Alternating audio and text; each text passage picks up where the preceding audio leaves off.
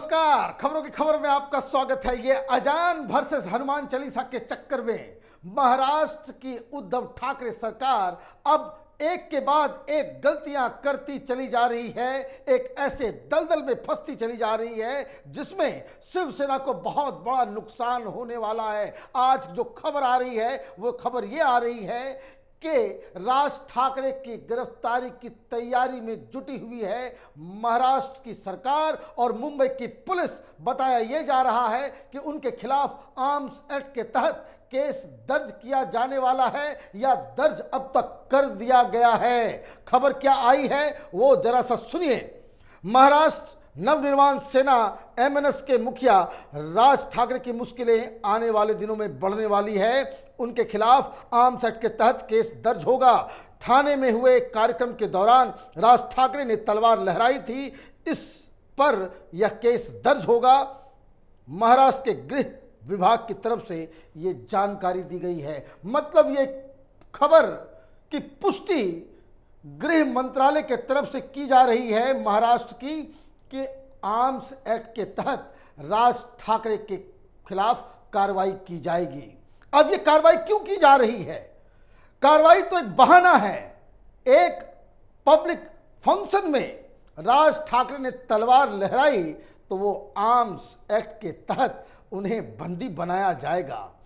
कौन से ऐसे नेता हैं हिंदुस्तान के अंदर जो अपनी रैलियों में, अपने भाषणों के दौरान, अपने चुनावी प्रचार के दौरान तलवार लहराई नहीं हो? और अगर इसके खिलाफ कोई आर्म्स एक्ट के तहत कार्रवाई होती है वो भी पॉलिटिकल रीजंस की वजह से, तो ये अपने आप में बताता है कि महाराष्ट्र की सरकार की सोच कितनी संकीर्ण हो गई है कि एक व्यक्ति लाउड स्पीकर और हनुमान चालीसा के लिए लड़ता हुआ दिख रहा है तो अजान को बचाने के लिए सुप्रीम कोर्ट के फैसले को लागू नहीं करें, इसके लिए अलग अलग बहानेबाजी की जा रही है। क्या है पूरा मसला, इसको आप समझेंगे तो आपको समझ में आएगा कि शिवसेना किस तरीके से राज ठाकरे के जाल में, उसके चक्रव्यूह में फंस चुकी है। दरअसल थाने के अंदर एक कार्यक्रम था जिसमें तलवार लहराई गई और उस स्टेज से राज ठाकरे ने जो हुंकार भरी, उस हुंकार का असर यह है कि शिवसेना अंदर ही अंदर थरथरा उठी और ये कार्रवाई करने को मजबूर हो गई। राज ठाकरे ने थाने में क्या कहा? उन्होंने कहा, राज्य सरकार को मैं साफ बताना चाहता हूं कि मैं इस मुद्दे से पीछे नहीं हटूंगा। आपको जो करना है करो। ऐसा कौन सा धर्म है जो दूसरे धर्म को तकलीफ देता है? सुप्रीम कोर्ट ने कहा मस्जिद से लाउड स्पीकर हटाने चाहिए, तो इन्हें क्यों नहीं दिख रहा? वोट के लिए 3 मई तक अगर मस्जिद से लाउड स्पीकर नहीं हटेंगे तो देश भर में मस्जिद के सामने हनुमान चालीसा बजेगा। यह चेतावनी मनसे के मुखिया राज ठाकरे ने दी कि सुप्रीम कोर्ट का आदेश है कि कोई भी मस्जिद के ऊपर वो लाउड स्पीकर नहीं बजेगा। जो अजान की आवाज़ होनी चाहिए वो 50 डेसिबल से वो नीचे होनी चाहिए। आवाज़ इतनी होनी चाहिए कि उस मस्जिद के परिसर के बाहर वो आवाज़ गूंजे नहीं, साउंड पोल्यूशन होता है। और इसलिए सुप्रीम कोर्ट के आदेश को लागू कराने के लिए मनसे प्रमुख राज ठाकरे पिछले 1 सप्ताह से ये सारी बातें कर रहे थे, लेकिन कल उन्होंने जो धमकी दी कि 3 मई ये आखिरी दिन है, अगर महाराष्ट्र में मस्जिदों से लाउड स्पीकर नहीं हटाए गए तो हर मस्जिद के सामने लाउड स्पीकर लगा करके हनुमान चालीसा का पाठ होगा और ये इंश्योर किया जाएगा कि अगर सुप्रीम कोर्ट के आदेशों का पालन महाराष्ट्र में नहीं होता है तो ये काम सिर्फ मुस्लिम पक्षी नहीं, ये आज़ादी हिंदुओं की भी होनी चाहिए। अब मसला यूं फंस रहा है, 3 मई को ही ईद है, बवाल बड़ा हो रहा है और राज ठाकरे ने यह कहा है कि सिर्फ महाराष्ट्र नहीं, पूरे देश में अगर 3 मई तक लाउड स्पीकर नहीं उतारे गए मस्जिदों से तो हनुमान चालीसा का पाठ हर मस्जिद के सामने होगा। अब महाराष्ट्र की सरकार की तरफ से संजय राउत ने एक सप्ताह पहले कहा था कि हमने एक नोटिफिकेशन जारी कर दी है। कैपिटल टीवी ने बताया था कि यह बहानेबाजी है, क्योंकि इन्होंने कहा था कि गृह मंत्री ने भेजा है, इस नोटिस को फैसला ले लिया गया है। लेकिन ऐसा कोई आदेश, ऐसा कोई बयान गृह मंत्री ने नहीं दिया। मतलब ये कि संजय राउत अपने मन से कहानी बना रहे थे, ये सोचकर कि ऐसे बयान देकर के वो इस मसले को डाउन प्ले कर देंगे, अंडर प्ले कर देंगे और ये मसला खत्म हो जाएगा। लेकिन राज ठाकरे ने इस हनुमान चालीसा को छोड़ा नहीं और कल ये जो धमकी दी गई, उसके बाद राज ठाकरे के ऊपर शिवसेना सबसे पहले हमलावर हुई। सबसे पहले संजय राउत सामने आते हैं। उन्होंने कहा, क्या कहा? उन्होंने कहा हिंदुत्व शिवसेना के खून में है, हमें कोई हिंदुत्व न सिखाए। और ये जो लाउड स्पीकर बज रहा है आजकल, मतलब ये लाउड स्पीकर राज ठाकरे के लिए कहा गया, ये भाजपा का ही भोंपू है, ये सबको पता है। ईडी की कार्रवाई से अभय मिले, इसलिए ये आजकल बीजेपी की भाषा बोल रहे हैं। बीजेपी जब खुद सामना नहीं कर पाई तो राज ठाकरे के रूप में लाउड स्पीकर को आगे कर दिया है। मतलब ये कि मुद्दे को भटकाने की कोशिश।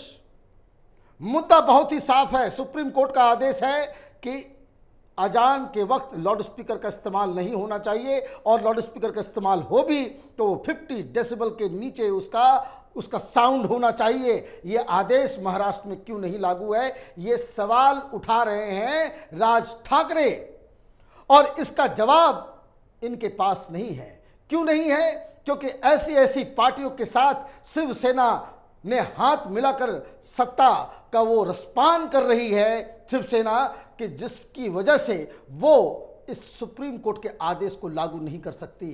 लेकिन सवाल एक और है कि शिवसेना की तरफ से, उद्धव ठाकरे सरकार की तरफ से, चाहे वो कांग्रेस पार्टी के मंत्री हो या फिर एनसीपी के मंत्री हो, ये खुल्लम खुल्ला क्यों नहीं कहते कि हम इस लाउड स्पीकर को नहीं हटा सकते? आप दोनों ही बातें करेंगे।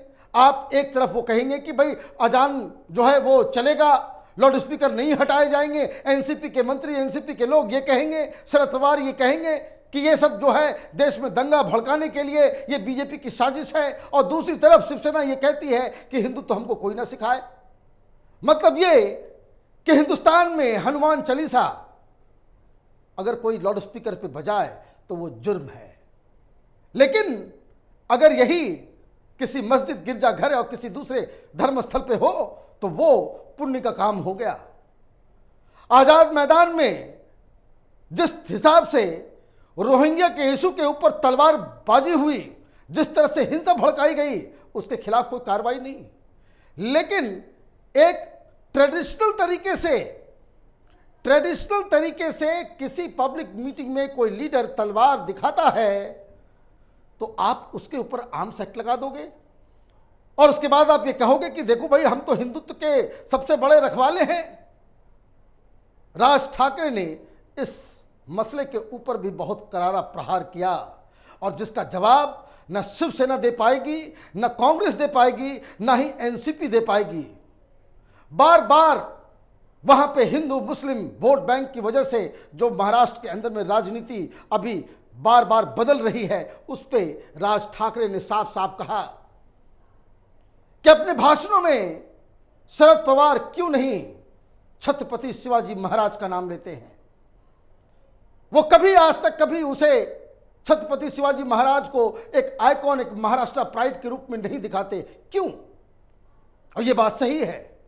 हिंदुस्तान की जितनी भी पॉलिटिकल पार्टीज हैं महाराष्ट्र के अंदर, जो मुस्लिम वोटों की वजह से, अपना वो फर्जी सेक्युलरिज्म की वजह से, इन लोगों ने छत्रपति शिवाजी महाराज को बराबर में डाल करके रख दिया। भाई इनके लिए औरंगजेब प्यारे हैं, इनके लिए अफजल खान प्यारा है।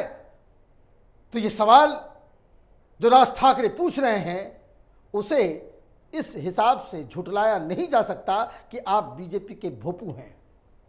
बीजेपी के भोपू हैं तो इसका मतलब ये नहीं कि आप मस्जिदों पे भोपू चलने दोगे। सुप्रीम कोर्ट के आदेशों का पालन नहीं होगा। सवाल से बचना एक अलग चीज है, लेकिन अगर महाराष्ट्र की सरकार को लगता है कि नहीं, सुप्रीम कोर्ट का आदेश लागू नहीं होगा, ये मुसलमानों का अधिकार है कि वो लाउड स्पीकर लगाए, तो कम से कम ये बात तो सामने आकर के कह दे। ये हिपोक्रेसी ठीक नहीं है कि आप एक तरफ हिंदुत्व का भी राग अलापें, दूसरी तरफ सुप्रीम कोर्ट के आदेश की भी अवहेलना करें, और तीसरी तरफ कोई आदमी इस तरह के सवाल पूछ रहा हो तो उसके खिलाफ आप आर्म्स एक्ट लगा करके उसको जेल भेजने की तैयारी कर दें। वैसे संजय राउत को आज मुंबई हाईकोर्ट से एक और बड़ा झटका लगा है। वो झटका ये है कि किरीट सोमैया, जिसके खिलाफ ये विक्रांत युद्धपोत को बचाने के लिए पैसे फंडिंग के आरोप में उनके खिलाफ जो एफआईआर दर्ज किया गया था, ईओडब्ल्यू उसकी जांच कर रही थी, आज उन्हें एंटीसिपेटरी बेल हाईकोर्ट की तरफ से मिल गया। मतलब ये कि अब तक जितने भी आरोप लगाए गए संजय राउत की तरफ से बीजेपी के लीडर्स के ऊपर, कोर्ट में ये सब का सब वो सिद्ध नहीं हो पाया, मसला आगे नहीं बढ़ पाया। और दूसरी तरफ जो आरोप किरीट सोमैया ने लगाए, उस चक्कर में शिवसेना और एनसीपी के कई सारे लीडर्स वो जेल में हैं, उनके संपत्ति को कुर्क किया गया है, जब्त कर लिया गया है, और सब के सब ईडी और इनकम टैक्स के घेरे में हैं। ये युद्ध इसलिए हो रहा है कि बीएमसी का चुनाव सिर पे है, और अगर ये अजान, लाउड स्पीकर, हनुमान चालीसा का मसला वो बढ़ता रहेगा, ये जितना लंबा चलेगा शिवसेना को उतना ही नुकसान होता रहेगा। आप देखते रहिए कैपिटल टीवी, हमारे वीडियोस को लाइक कीजिए, शेयर कीजिए और हमारे चैनल को सब्सक्राइब कीजिए। धन्यवाद।